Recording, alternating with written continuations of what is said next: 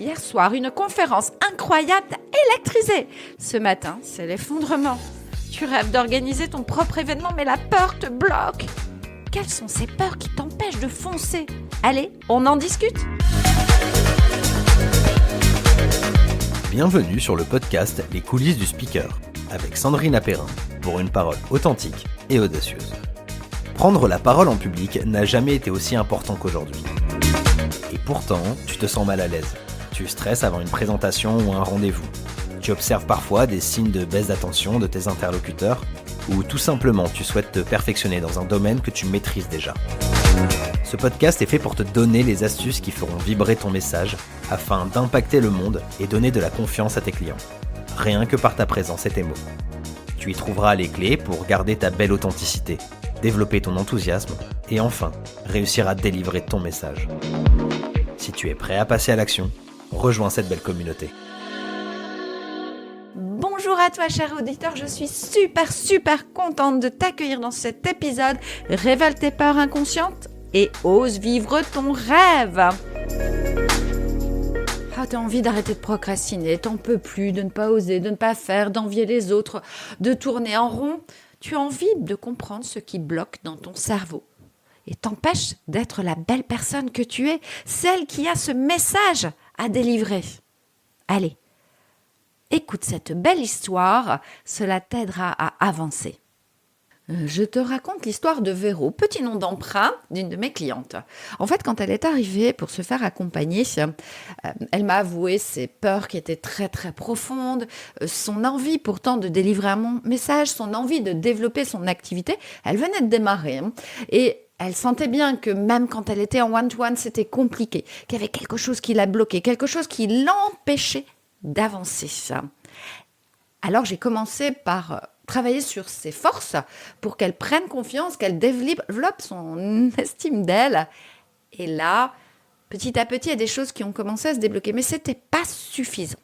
Donc on a dû partir à la recherche de ces peurs liées à la prise de parole qui pouvaient entraver son projet, son rêve, même un discours et juste un petit message, parce que ça va jusque-là. Et là, yes, des déclics, des déblocages. Bien sûr, un jour, elle ira certainement plus loin, voir une personne qui lui fera de l'hypnose ou autre chose pour débloquer et travailler en profondeur. Mais déjà là, elle a avancé. Et lors de l'accompagnement, elle avait un examen à passer. Vraiment pour elle, quelque chose qui était essentiel dans son développement professionnel et aussi essentiel pour elle, pour le donner du sens à son parcours de vie. Et yes, elle a réussi. J'avoue que c'était pour moi une attente à la fin de la semaine de sa formation quand elle m'a dit « j'ai réussi » et on m'a fait des félicitations. C'était waouh! Elle avait déjà dépassé ses premières peurs et s'était appuyée sur qui elle était. Alors, explorons toutes ces peurs en prise de parole pour que toi, tu puisses aller comprendre quelles sont les tiennes. Tu pourrais aussi mieux comprendre tes réactions, en parler avec d'autres et comprendre que tu n'es pas la seule ou le seul à vivre ces peurs. Et du coup, sortir de cet isolement et de cette singularité, en fait, que l'on peut entretenir aussi. Et du coup, ça nous empêche d'avancer. En démystifiant les peurs, en comprenant d'où elles viennent, eh bien, on peut avancer, on peut réduire leur impact et s'appuyer sur qui on est et développer sa confiance en soi. Et ça, c'est essentiel. Et d'ailleurs, dans le business, c'est plus qu'essentiel, je dirais.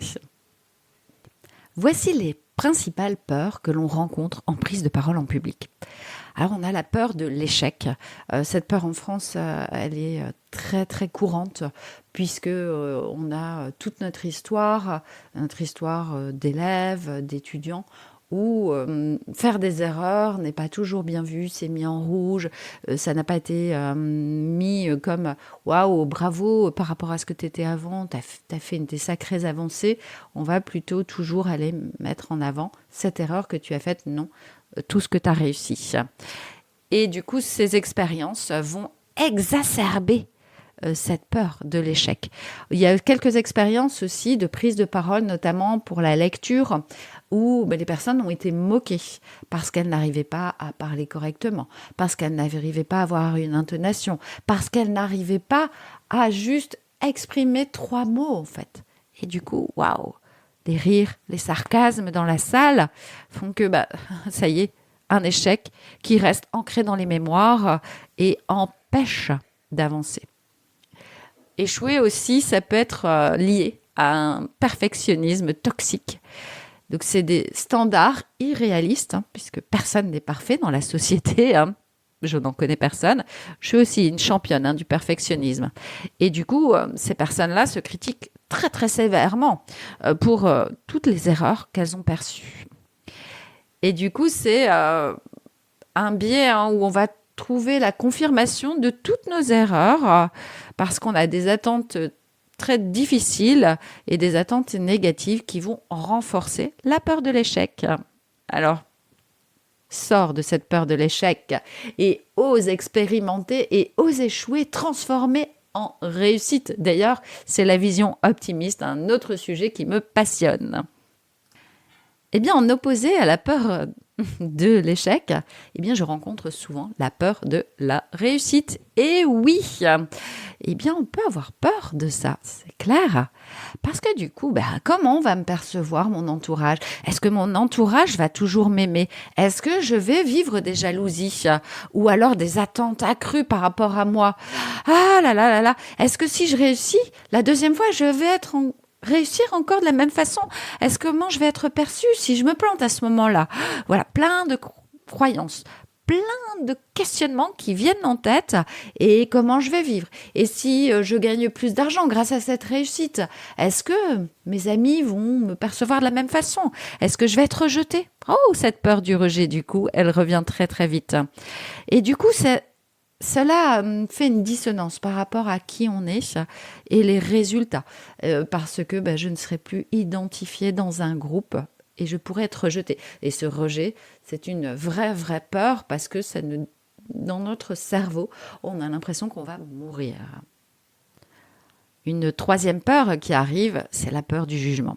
Alors, peur du jugement est très très forte aussi dans notre société et avec les réseaux sociaux, cela s'est amplifié. Il faut se montrer parfait alors que non, on se montrait authentique avec toutes ces dissonances, ces paradoxes. C'est aussi important de les montrer, de les accueillir en fait. Du coup, c'est une vraie peur qui nous amène à se dire mais je vais pas être appréciée par les autres. S'ils me jugent comme ça, ils vont plus m'aimer. Hop, ça y est, nouveau rejet, on va se faire rejeter. Et parce qu'on a besoin de l'opinion extérieure aussi et une approbation sociale pour se dire oui, je suis quelqu'un de bien. Alors que si on développe sa confiance en soi, que l'on sait qu'on est quelqu'un de bien, on va plus s'appuyer sur ce que les autres jugent. Et puis, comme j'ai pu en parler dans un précédent épisode, on va se comparer aux autres et du coup, on va se juger et se juger plutôt négativement que positivement en fait.